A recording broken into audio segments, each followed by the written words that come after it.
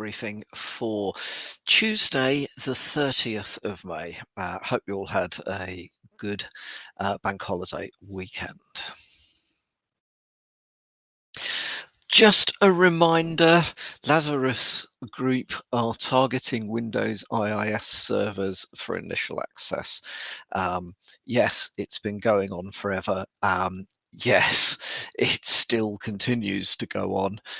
There's a nice article on Bleeping Computer with some decent indicators of compromise that you may want to incorporate into your SIEM. Just a reminder that this stuff is, basically ongoing. It hasn't gone away. It may be old hat, but if you are still running internal IIS servers, make sure they are up to date. Make sure you are monitoring them carefully, especially around especially for the presence of some of these newly discovered DLLs that are associated with this particular group. There is a new stealer targeting web browsers and cryptocurrency wallets known as Bandit. Trend Micro researchers have dubbed it the Bandit stealer. It's written in Go and targets multiple browsers and cryptocurrency wallets. At the moment, it's only targeting Windows systems, but apparently within the code, it does look like it has got Linux in mind. So definitely worth thinking about this one. A small number of IOCs in the article. It is also able to collect Telegram session information in order to gain unauthorized access. It allows, thus allowing impersonation and malicious, the malicious actions via private messages. Comes as a self-extracting archive, executes effectively executes a file called hot.exe to start the infection process. Also opens a harmless Word document to avoid raising suspicion. So you see the Word document, behind the scenes, it installs the malware. So yeah, a new one to add to the list of things to keep an eye on. Python Package Index, PyPy, has announced that it will require two-factor authentication on all accounts by the end of the year.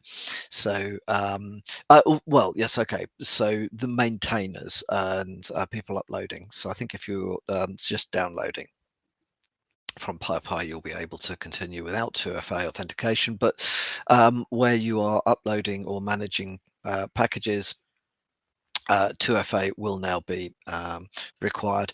Yeah, a good idea.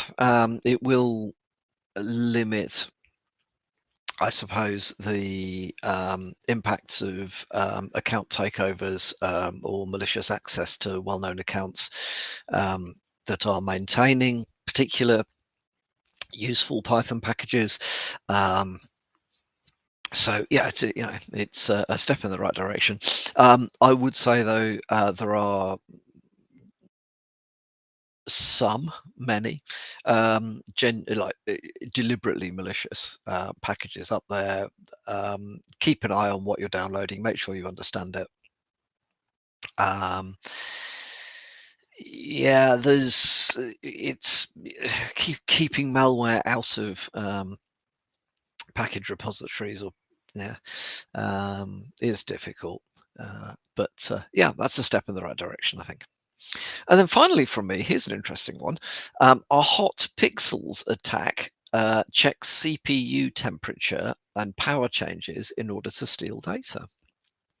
So going to add this to the list of, can they really do that?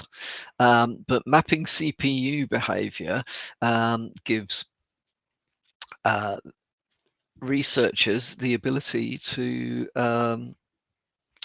do many things, including see what's on your screen. So various devices will leak this sort of information. There's a nice table of potential um, pixel retrieval results, how accurate they were, depending on different sorts of graphics cards or graphics devices.